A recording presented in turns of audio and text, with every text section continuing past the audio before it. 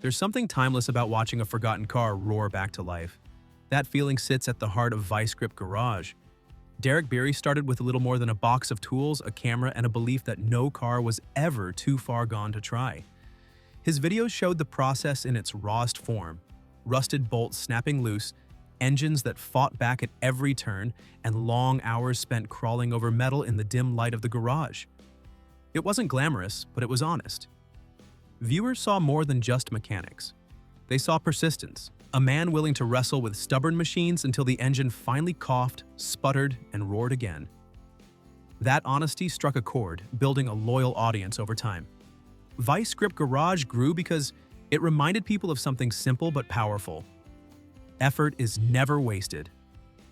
Even when the outcome is uncertain, the attempt still matters. Derek's story became a quiet inspiration, not only for car enthusiasts, but for anyone who understood the value of not giving up. Derek's roots trace back to Minot, North Dakota, where life was measured by the grind of farm work. Machines dictated the rhythm of each day. A baler could quit in the middle of harvest, a tractor might refuse to fire, or an old truck could die just when it was needed most. There wasn't room for complaints or long talks, only action. His father and grandfather showed him what that meant. A wrench was picked up, knees hit the dirt, and the problem was tackled head-on. For Derek, those lessons went deeper than the clatter of tools. They carried the truth that life rarely gives ease. Problems don't solve themselves. You stay with them until they break, even if it costs you scraped knuckles and grease ground into your skin. That quiet endurance stayed with him, a steady flame that time never dimmed. Life eventually carried Derek far from those dusty fields. He stepped into the world of business, trading coveralls for ties and barns for office towers. His determination translated well.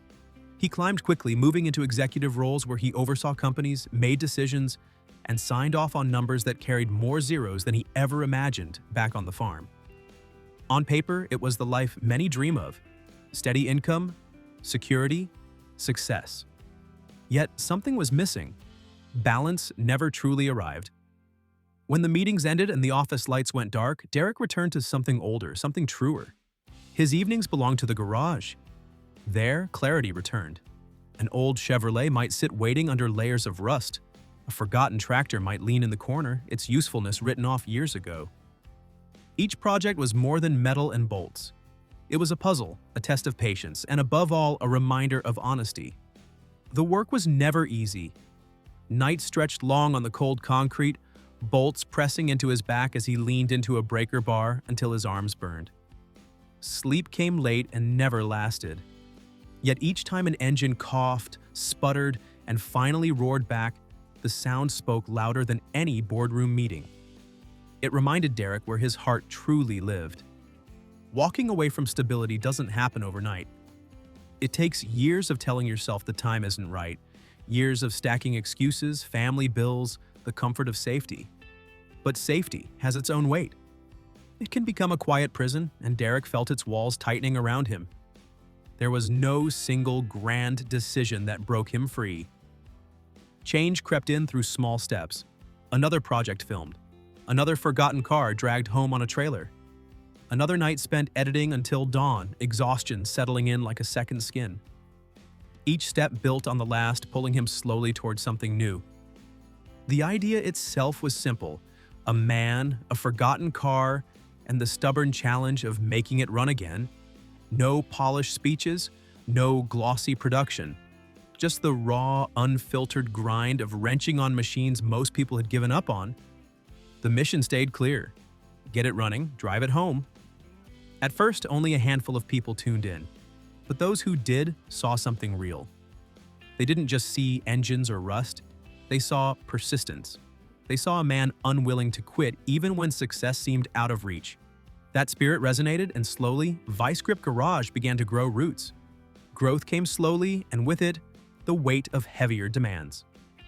Derek chose to build Vice Grip Garage the same way he had learned to fix machines on the farm: lean, resourceful, and stubbornly determined. There were no production crews or teams of editors. Just Derek, his wife Jessica, and their children. Jessica became the steady hand that kept the dream upright. She carried the endless details that came with running a business: merchandise orders, sponsor communication, schedules that had to be met. At the kitchen table, they packed boxes late into the night, turning the family home into the heartbeat of the operation. The cycle of car flipping added to the grind. Vehicles featured in episodes often found new owners, the money rolling into the next project. A rusted Hulk would be dragged home, hours of labor poured into it, the struggle filmed step by step, and eventually the revived machine would be sold. It was far from glamorous, but it kept the dream alive. With growth came noise. The internet spun its own stories, most of them false. Some claimed Derek had a military background. Others swore he'd done time in prison. There were even whispers of lawsuits and secret troubles. The truth was simpler. Derek had been a businessman before YouTube. He had never served in the military, never been locked away. Even the so-called lawsuit was just the nickname of an old pickup he'd saved. But rumors travel faster than truth. Derek learned to let them pass and stay focused on the work ahead. Through it all, Jessica remained at the center. She wasn't just supporting Derek, she was guiding the direction of Vice Grip Garage. Organizer, manager, decision-maker, she carried the weight of the business side so Derek could stay buried in rust, wrestling with frozen bolts and seized engines. Their story stretched back to childhood in North Dakota. By 2008, they were married, raising 3 children, and building a life tied together not only by love, but by shared purpose. When the decision came to leave North Dakota for Tennessee, it wasn't made lightly. It was deliberate and strategic. The move gave them room to grow, to expand the work they had started, and to build something lasting. It was never Derek alone. It was a family effort at every step. By 2025, Vice Grip Garage had become far more than a YouTube channel. It was a full operation, its reach stretching deep into the automotive world. Derek stood on stages and in parking lots, wrenching in front of crowds who came to watch the process unfold in real time. Collaborations with names like O'Reilly Auto Parts and builders such as Alex Taylor became part of the rhythm. The schedule grew relentless.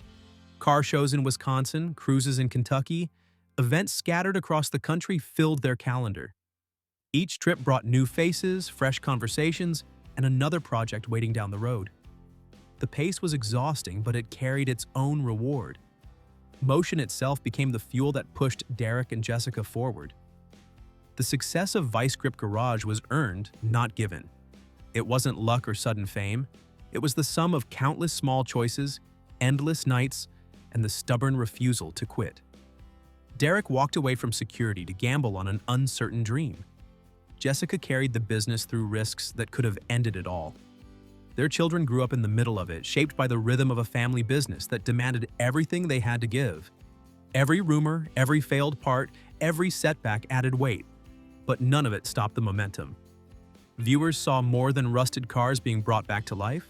They saw survival, persistence, and the belief that nothing, no matter how far gone, was beyond saving. Looking ahead, Derek and Jessica faced new opportunities and heavier challenges. The audience grew, the projects got bigger, and the risks stretched further. But uncertainty wasn't new to them. From the first day Derek pointed a camera at a forgotten car, they had been stepping into the unknown. Vice Grip Garage was never about reaching some finish line. It was about the daily choice to rise, to pick up the tools, and to keep moving forward. And as long as there are rusted cars waiting in barns and fields, Derek Bieri's story still has miles left to run.